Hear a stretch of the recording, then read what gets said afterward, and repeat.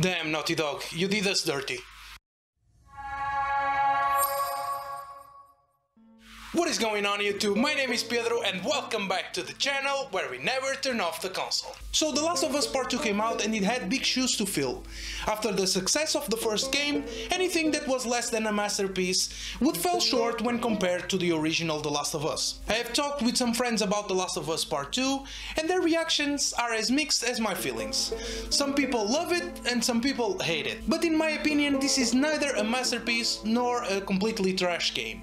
And I'm going to try to show you guys the two sides of the spectrum. I'm going to talk about what I really enjoyed about the game and what I think it could be done differently. So if you enjoy the content, don't forget to subscribe to the channel if you're new, turn on the notification bell so you don't miss any upload that I do to YouTube, drop a like on the video and comment down below your thoughts about The Last of Us Part 2. But before we start with the review, I must warn you that this video is going to have major spoilers about the story of this game. If you are thinking about playing this game and you don't want the plot to be spoiled to you, I would advise you to stop watching this video when I pick up that topic. And now, without further ado, let's get into my honest opinion about The Last of Us Part 2.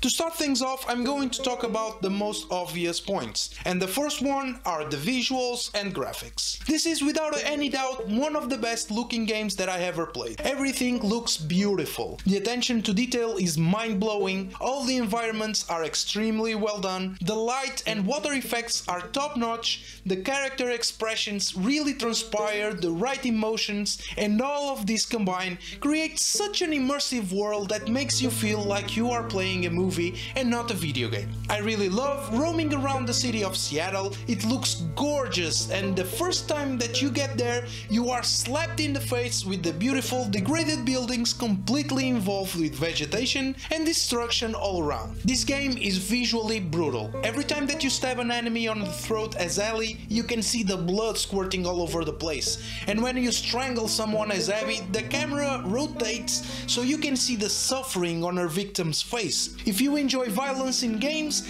I have to say that doesn't get that much more violent than this. The Last of Us Part 2 is made with the intention to shock you. Definitely delivers in this aspect. It even exaggerates in some cases just for the sake of it. But it is super well done and there was nothing that would make me say that it was out of place. It is a cruel and vicious world where people need to do whatever they need to survive and all this brutality is part of it. Another great thing about this game is the music and the sound effects. The soundtrack is absolutely amazing, beautiful melodies that give the right vibes to all the different situations. Of course, the most predominant tone is sad, but it is so beautiful that it is a perfect complement to the world of The Last of Us. The sound effects are perfect, the environment sounds, the gunshots, the explosions, the people screaming after getting deadly wounded, the noises made by the infected, everything is done in such perfection that I have to say that I never heard anything quite like it in another video game. I still have chills with the sound of those stupid clickers. I hate those things. Now let's talk about the gameplay, and if you like the gameplay from the first game, you will definitely like this one that is presented to you in The Last of Us Part 2, because it's basically the same. Yes, you have some new additions, like the fact that now you can crawl, and some new guns, but the innovation pretty much stops there. I felt a little bit disappointed with this, because after 7 years I think that Naughty Dog had more than enough time to be a little bit more creative in this department. And although I enjoyed the gameplay on the first The Last of Us, and I had no issues with it in this game, I felt that it could have been better with the introductions of a few more new mechanics, a bigger variety of weapons, and ways to develop the characters to make your experience feel fresh. Because, to be honest, it feels almost the same as the first game. The voice acting and the acting in general is at the highest of standards, with all interactions and dialogue feeling as real as it gets, giving life to the world that you are inserted on, but almost everything falls apart because of the narrative. And now, the moment that we all been waiting for, let's talk about the story. And this is the last warning before I spoil the narrative. So I will give you 5 seconds to turn off the video if you don't want to know what happens in The Last of Us Part 2.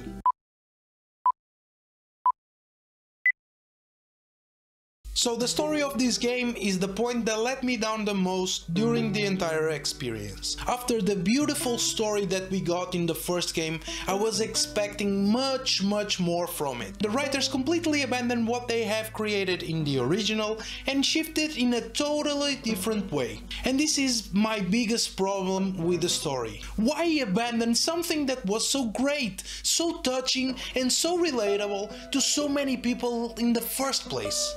I think this is the key point of why this game has had the backlash that we all see all over the internet. From the review bombing on Metacritic to the tons and tons of YouTube rants, everything is related to this shift in direction in terms of the narrative. So the game is set 5 years after what happened in the original, with Ellie and Joel established in Jackson, a town raised from the ground up where people live peacefully trying to survive and enjoy what is left of the world. We are introduced to new characters like Dina and Jesse, but we also have familiar faces from the previous game, like Tommy and Maria. But without any type of warning and only 2 hours into the game, we are stumped with the first shocking moment and one of the most controversial events of the entire game: the death of Joel.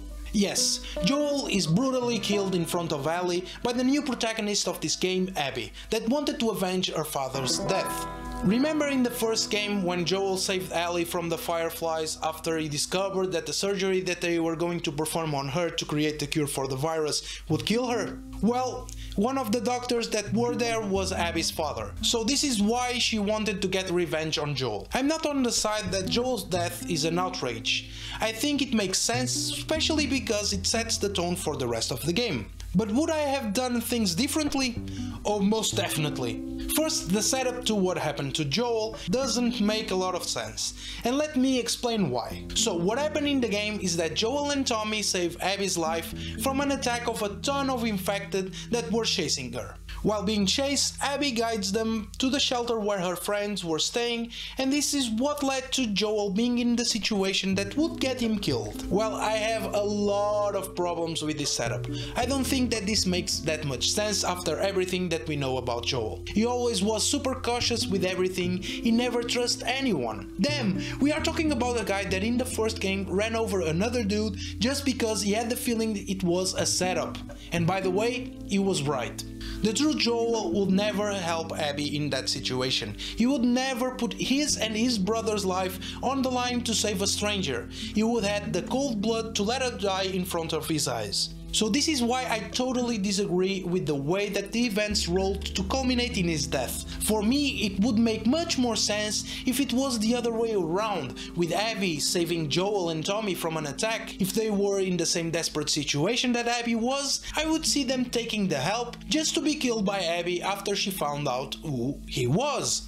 But the way it happened is so off character that it felt stupid and out of place. So after this extremely sad event, Ellie swore revenge for Joel's death and went after Abby and everyone that was present when he was killed. During this time you play as Ellie, and there are good and bad things to point out. So let's start with what I enjoyed the most, and that was without any question the flashbacks that you have with Joel. I love these parts. The interactions between the two of them are incredible, with the same feeling that we had on the first game. For example, the birthday present that Joel got Ellie was so touching that almost made me drop a tear. He really loved her like a daughter, and he would do anything to make her feel special. The visit to the museum is so sentimental and heartwarming that at the same time makes you sad because Joel is not around anymore. There are as well good interactions between Ellie and Dina, and in my opinion their relationship is a really nice addition to the narrative. But throughout the playtime as Ellie, the events that occur try to picture her as such an evil person that almost feels forced. From killing dogs to kill a pregnant lady, everything is done in a way for you to portray Ellie as a ruthless and evil human being. And that is something that bothers me, because if you have played the first game, you would know that Ellie has a good heart and good intentions. This is just a twisted way to ruin everything that we loved from the original. After you have hunted down all Abby's friends, you have a new encounter with her, and that is the moment where you pause your playthrough as Ellie to embark in a gigantic side quest as Abby. Yes, for the next 10 hours you will play as Abby, the person that you most likely don't care about or even despise for killing Joel. But you are forced to play as her anyway, while Naughty Dog tries to show you why you should care about her and how much of a good person she is, despite the fact that she brutally murdered one of your favorite characters. So you are stuck with Abby, and although the best action sequences in the game are present in this part, I just wanted to be finished with it. I couldn't feel any type of connection with the character, not even sympathy after what she has done. It was just painful to go through 10 hours of gameplay with her. But oh boy, Naughty Dog tries so hard for you to like her while putting to shame again and again Ellie's actions. For example, the part where you can pet the dogs and play catch with them just for you to realize that you had just killed that same dog and feel bad about your actions. So this part of the game takes place at the same time as the events that happen to Ellie until the two of them collide. Basically, this is the perspective of Abby during that time. Right at the beginning it starts with a ridiculous segment where you go to the front of battle against the Seraphites, a cult that it is at war with the people of the same camp as Abby, the Wolves, with a pregnant lady called Mel. How in the hell are you going to put a pregnant lady in front of combat? How does that make any sense? Oh, but you see her jumping around from platform to platform with her 8 months belly like it was nothing, engaging in shootouts. This part is just stupid as it can be. It doesn't make sense at all. Not only that would be an idiotic move to put someone that pregnant in front of battle, but also the fact that 99.999% of women pregnant like that wouldn't ever be capable of doing any of the stunts that we see Mel perform. This part is really bad. Then Abby meets two Scar kids, Yara and Lev, that are on the run from their cult and help her surviving a threatening situation with the infected. Then Abby tries to be a mentor to them, protecting the two kids from the cult members that were after them and even from her own organization. I actually like the narrative of Yara and Lev, but it is just another way for Naughty Dog to push to your face the good side of Abby. The only part that I felt any type of correlation with Abby was when she was facing her fear of heights, just because I'm terrified of heights as well. Other than that, I couldn't feel any type of connection with her from start to finish of this part. In the last part of Abby's story, in the encounter with Ellie, there is one thing that almost made me drop the controller and not finish this game. You need to beat the shit out of Ellie. I have to say that it felt really bad. A character that I liked so much, I was forced to beat the crap out of her just to go through with this game. I'm going to tell you how this segment of the game would work for me. It would be a great DLC. I'm telling you, I probably would enjoy it much more if it wasn't forced on me to play it. But no, it just pushes away everything that I adored from the previous game and tries to take its place, failing miserably. And after all these shenanigans, you go back to Ellie, with her living her life completely behind to go after Abby once again. At this point, Ellie was living a peaceful life with Dina and her baby that was already born, trying to recover from the PTSD that she was suffering because of everything that she went through, but because of the lead that Tommy got, yeah, the one that at the beginning didn't even wanted to go after Abby, yes, the story contradicts itself so many times. Ellie leaves everything behind just to go after Abby one last time. Although I think that once again the setup was horrible, I really enjoyed this part. You need to infiltrate the headquarters of a gang that captured Abby, and this is packed with action until the point that you finally get her. But once again, after a really fun and engaging part, you get to the end of the game and surprise, surprise, you got disappointed again. So you find Abby that was tied to a pillar on the beach, left to die because she tried to to escape the gang that captured her. You untie her so you could have the satisfaction to give her the final blow. The two of them start fighting, Abby bites off two of Ellie's fingers, Ellie starts choking and drowning Abby just to have a flash of Joel going through her head that makes her stop and lets Abby go. You go through all this mess just to let Abby go at the end. And to top it all, once Ellie gets home, Dina and the kid are already gone and she is left with her guitar that she can't even play anymore. I was so pissed and heartbroken about this ending. There was no payoff at all. Everything that was done until that point was meaningless. The characters that we loved from the first game simply got disrespected in this one. Everything was lost. I know that the message of this game is that revenge is bad and blah blah blah, but think with me for a minute. What were the real consequences that Abby got from her act of revenge? Yeah, she lost friends and her love Owen, but in the end she got away with her vengeance. She had satisfaction in killing Joel, while on the other hand, Ellie lost absolutely everything and didn't even got to avenge Joel. I'm sorry, but this is just BS. Everything in this game was made to demise the true main characters, just to push another one that no one could care less about. I'm not even going to start with all the politics involved, the false advertisement that Naughty Dog used to get us to buy this game, and all the abuse of copyright legislations just to strike channels that didn't agree with the direction that this game took. Those are just completely different topics, and to be honest, this video is already big enough. There are tons of different channels that already cover these topics, so if you want to know more about it, I recommend you check my fellow content creators' channels. I'm really sad that this turned out to be the game that we got.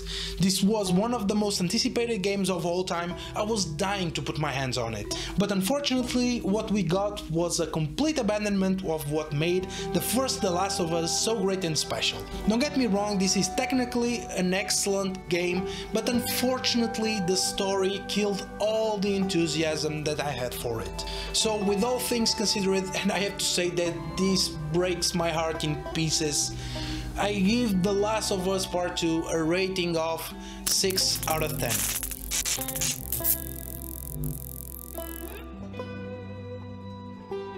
Thank you very much for watching. I hope you enjoyed the review. Yeah, it was a big disappointment to me, The Last of Us Part 2. I even bought the special edition of this game. When I went to pre-order it, I was going to buy the collector's edition, but thank God it was out of stock and I got this one. Yeah, it is an okay game. If you never played the first Last of Us, go ahead and play this one because you might like it. But yeah, not for me. Not for me. Let me know in the comments what you think about the game.